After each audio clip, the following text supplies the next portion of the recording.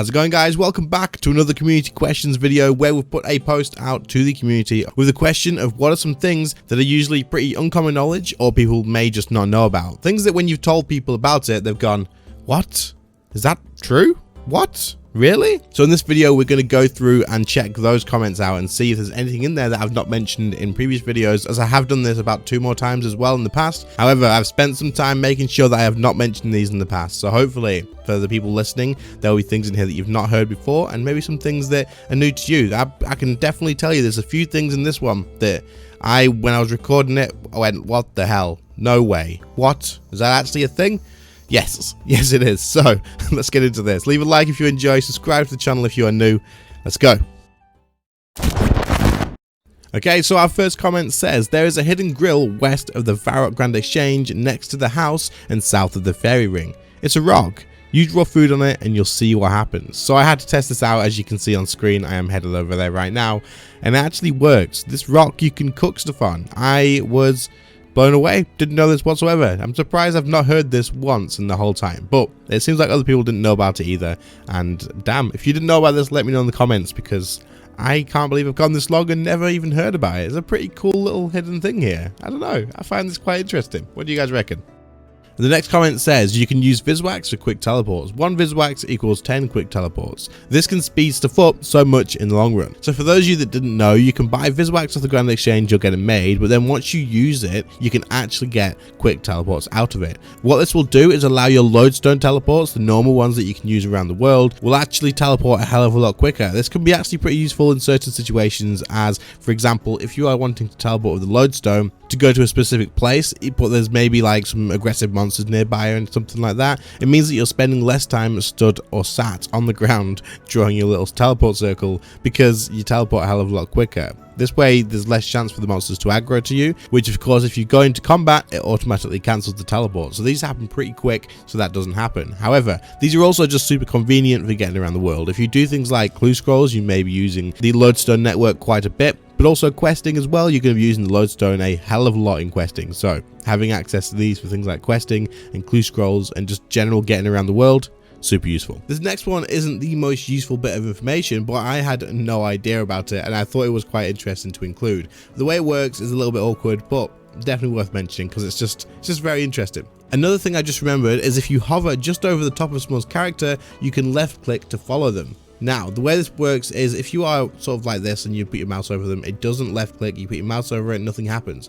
However, if there is no walk here option available, then it will always be a left click to follow option. So for example, if you drag this so the camera angles to a place you can't walk and then you put your mouse over someone, you get a left click follow. So you can follow someone just from left clicking, which is pretty interesting because I had no idea. These guys don't know who I am, by the way, so they're probably like, what the hell is this guy doing? But look, another one there. You can just literally left click to follow, and it's just, I don't know. I had no idea about this. I've never like done it by accident. I have never like been told about it before.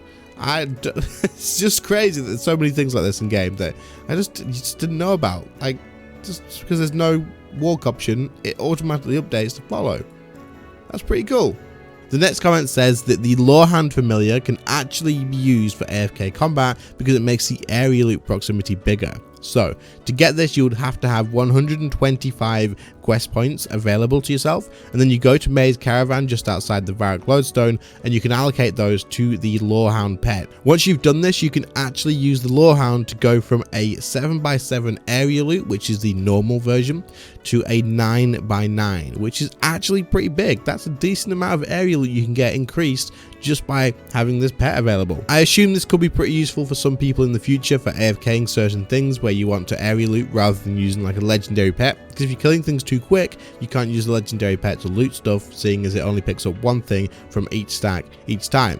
But if you don't need a familiar for DPS or you don't need a familiar for healing or anything like that, the Lorehound pet could be quite useful because it does give you that massive area loot thing. So I can see this being useful for some people in the future, so I wanted to mention it. And also, I didn't know about this, so I figured there would probably be some other people who didn't know about it either. Next up is one that I'm going to include myself because this is something I've seen people be a little bit surprised about when it's mentioned on streams or any other time that I've like done it myself or anything like that. what you can do is go into your bank preset, and you can load presets from the first 2, I believe, sections if you use the numbers number 1 and number 2. But if you press number 3, that will not load your preset, it will bank everything, and number 4 will probably take off your worn equipment. Yeah, that's right. So what you can do to load the other presets at the press of a button rather than having to click them, especially useful for when you do things like herb lore and that sort of thing, is 1, you could either just drag the preset up and put it in that place, or you could use the F keys. The function keys, so F1, F2, F3 and such and so on, will actually load the other preset for you. So for example, I go into the bank, if I press F4, it's going to load my 4th preset. If I go back in and press F7, it will load my other preset, which is my Carapac preset. So you can still instantly load those ones, but it is the function keys instead. That being said, when you go to the second page, it is not going to be F12 to get number 12. It's going to be F1 for number 10, F2 for number 11, and F3 for number 12. So it is pretty useful. It can save you a little bit of time, and it can just be a little bit convenient rather than having to drag your things up to number 1 and number 2 every time. And then when you're doing things like AFK skilling or anything like herb lore and all that sort of stuff, it could be pretty useful to know about. So hopefully this one helps you out. One more from myself is, if you like to play with in-game sounds like I do, every now and again it is useful to turn those off when you're doing things like AFKing, but you want to do something like watch a YouTube video and you don't really want to hear all the background noise. So what you can actually do is, rather than going into settings, if you just press the control key and G at the same time, it will automatically mute the entire thing. It puts the global mute on in the actual audio settings, and to turn it back off, just press the same again, control and G, and it will come back on for you. So you can toggle your audio, your global mute very quickly with control and G, and I use this quite a lot now, especially making videos. It's really useful for me. It may be useful for some of you guys as well if you prefer to turn that sound off when you're watching like a Netflix program or anything like that.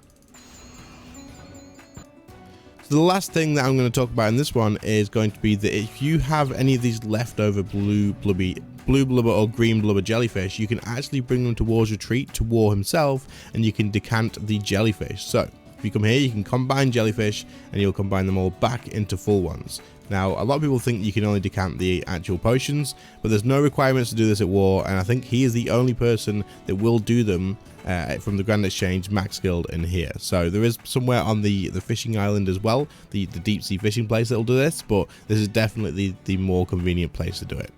Alright guys, so that is going to be the last one that I do for today, but there's not too many more of these that I can find or that I can think of myself that you guys probably won't know about. I like to pick ones that I think most people will not know about, or I'll try my best to actually make sure that they're not the most common knowledge things. I know there's sometimes going to be some things that you guys are thinking like, I knew all these.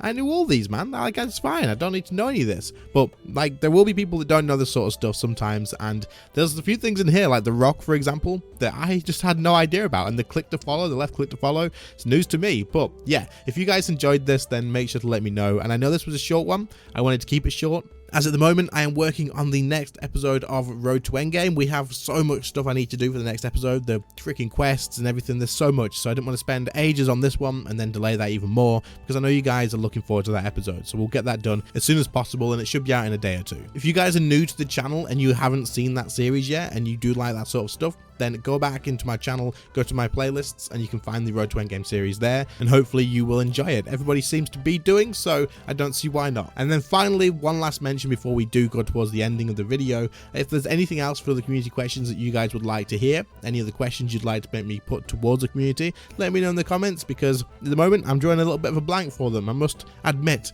I am drawing a little bit of blank on the community questions, but I want to keep these going because I feel like they're a bit of a special part of our channel.